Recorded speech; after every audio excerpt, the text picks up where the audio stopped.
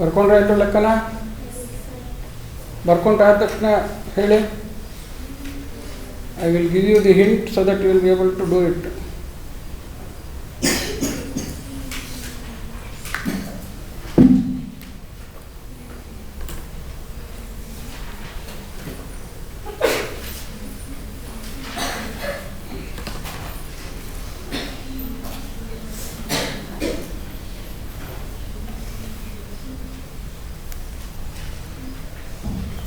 ಆಯಿತಾ?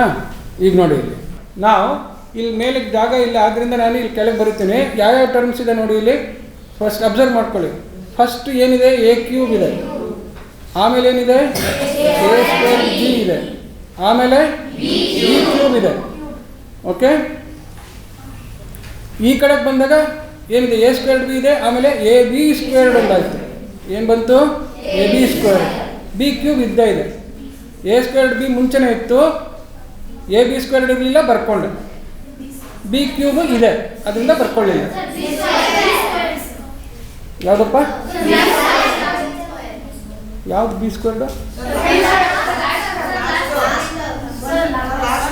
ಅದಿರಲಿ, ಆಮೇಲೆ ಅದು ಇನ್ನು ನಾನು ಇಲ್ಲಿ ಈ ಟರ್ಮಿಗೆ ಬಂದೆ, ಈ ಎಕ್ಸ್ಪ್ರೆಷನ್ಗೆ ಬಂದಿಲ್ಲ. ಈಗ ನೆಕ್ಸ್ಟ್ ಟರ್ಮಿಗೆ ಬರ್ಬೇಕೀಗ ನಾನು.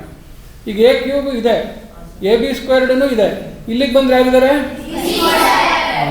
ಸೊ ಈ ಥರ ಫಸ್ಟು ಎಲ್ಲ ವೇರಿಯೇಬಲ್ ಯಾರ್ಯಾರು ಟರ್ಮ್ಸ್ ಇದ್ದಾರೆ ಅಂತ ಹಾಕ್ಕೋಬೇಕು. ಇನ್ನು ನೋಡಿ, ಇಲ್ಲಿ ಒಂದೊಂದ್ರಲ್ಲಿ ಮೂರೇ ಟರ್ಮ್ ಇದ್ರೂ ಮೂರು ಎಕ್ಸ್ಪ್ರೆಷನ್ ಸೇರಿ 5 ಟರ್ಮ್ ಬಂತು. 3 ಎಕ್ಸ್ಪ್ರೆಷನ್ ಸೇರಿ 5 ಟರ್ಮ್ ಬಂತು. ಸೊ ಫಸ್ಟ್ ಎಕ್ಸ್ಪ್ರೆಷನ್ನಲ್ಲಿ ಎ ಕ್ಯೂಬ್ಗೆ ಎಷ್ಟು? ಹಾಫ್ ಅಲ್ಲ, ಎ ಕ್ಯೂಬ್ಗೆ ಹಾಫ್. ಎ ಕ್ಯೂಬ್ಗೆ ಎಷ್ಟಿದೆ? ಹಾಫ್ ಕೋಎಫಿಷಿಯಂಟು. ಸೆಕೆಂಡ್ ಟರ್ಮ್ನಲ್ಲಿ ಎ ಕ್ಯೂಬ್ಗೆ ಯಾರೂ ಇಲ್ಲ. ಓಕೆ, ಸೆಕೆಂಡಲ್ಲಿ ಎ ಕ್ಯೂಬ್ಗೆ ಯಾರೂ ಇಲ್ಲ, ಸುಮ್ಮನೆ ಒಂದಕ್ಕೆ ಮಾತ್ರ ಬರಿತಾ ಇದ್ದೀನಿ. ಥರ್ಡಲ್ಲಿ ಎ ಕ್ಯೂಬ್ಗೆ ಎಷ್ಟಿದೆ? -3/2 ಇದೆ. ಸೊ ಈ ಕಡೆ ಇಲ್ಲಿ ಗೀಟ್ ಹಾಕ್ಕೊಂಡು ಫಸ್ಟ್ದು ಹಾಫ್ -3/2 ಅಂತ ಹಾಕ್ಕೊಂಡು LCM 2 ಅಂತ ತಗೊಂಡು 1 - 3 ಆಗುತ್ತೆ. ಹೌದಾನೆ? ಇಲ್ಲಿ 2 LCM ತಗೊಂಡ್ರೆ 1 2 2 2 1. ಇದು 2 1 2 1 3 3. ಸೊ ಎಷ್ಟಾಯ್ತದು? -2/2 ಎಷ್ಟಾಯಿತು? -1. ಸೊ ಇಲ್ಲಿಗೆ ಬಂದಾಗ ಕೆಳಗಡೆಗೆ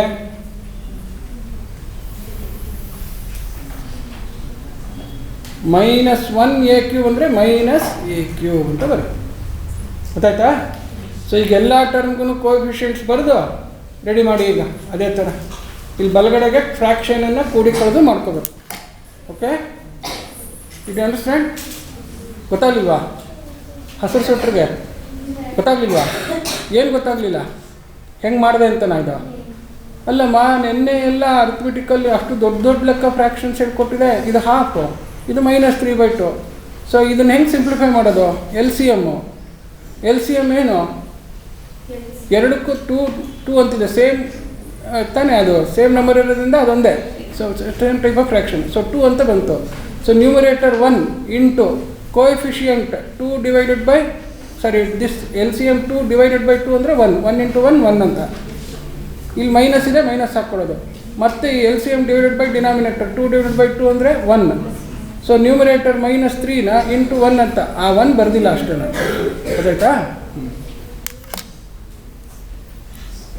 ಮಾಡಿ ಈಗ.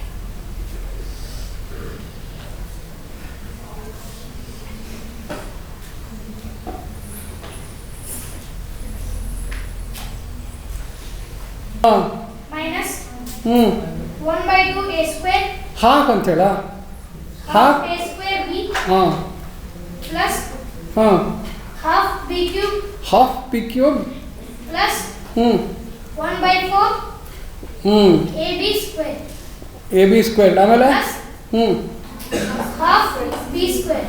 ಹಾಫ್ ಬಿ ಸ್ಕ್ವೇರ್ಡಾ ಹ್ಞೂ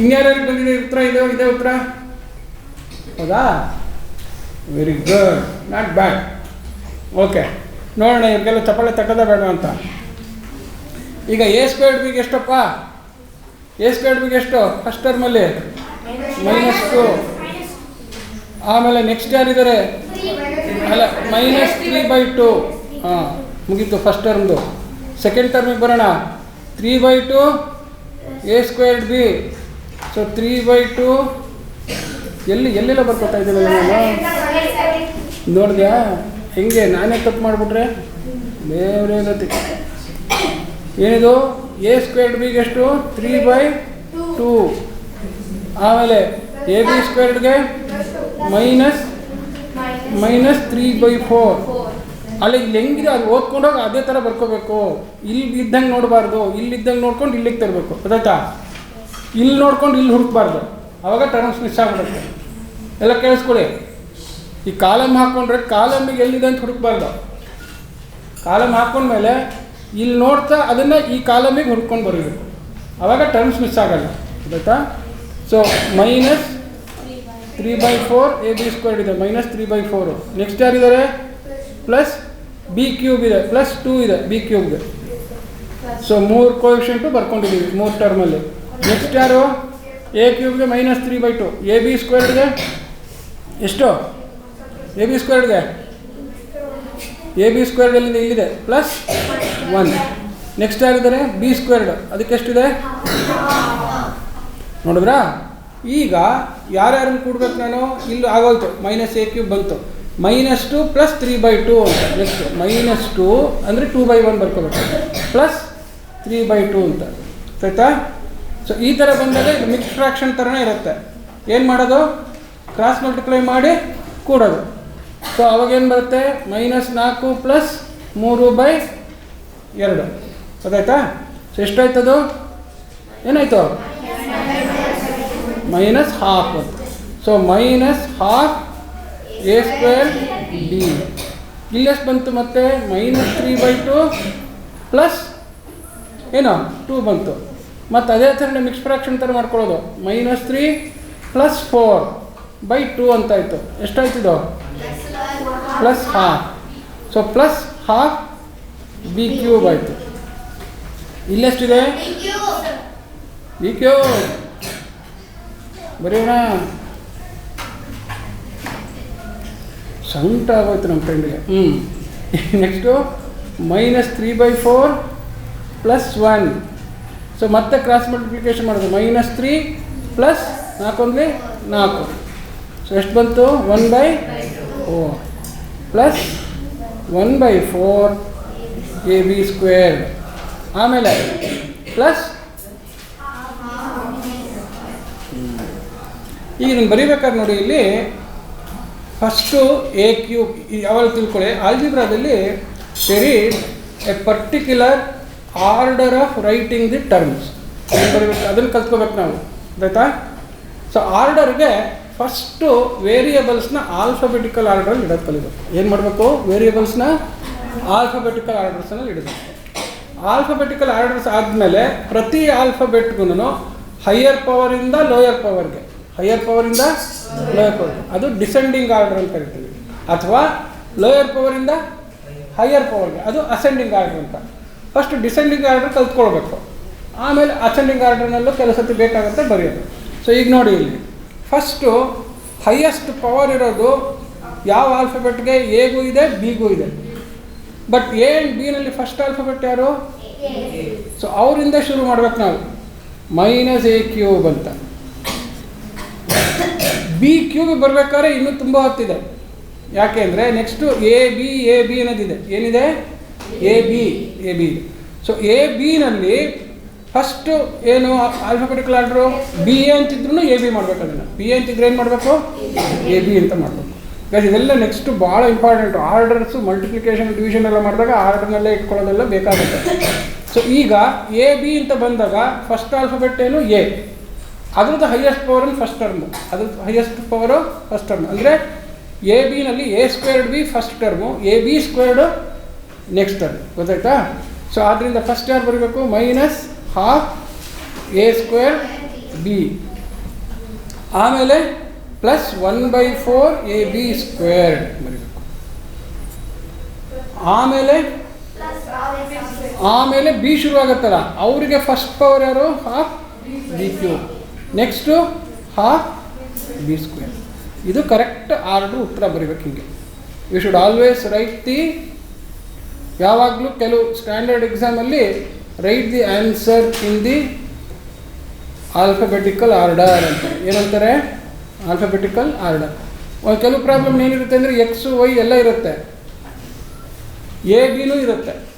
ಸೊ ಅವಾಗ ಯಾರು ಫಸ್ಟು ಎ ಬಿ, ಆಮೇಲೆ ಎಕ್ಸ್ ವೈ. ಗೊತ್ತಾಯ್ತಾ? ಸೊ ಇದು ಆರ್ಡರ್ ಬರೆಯೋದನ್ನು ಕಲ್ತ್ಕೋಬೇಕು. ಈಗ ಇನ್ನೊಂದು ಲೆಕ್ಕ ಕೊಡ್ತೀನಿ, ಮುಗಿಸಿದ್ರೆ ಟಿ, ಮುಗಿಸದಿದ್ರೆ ಟಿ ಇಲ್ಲ.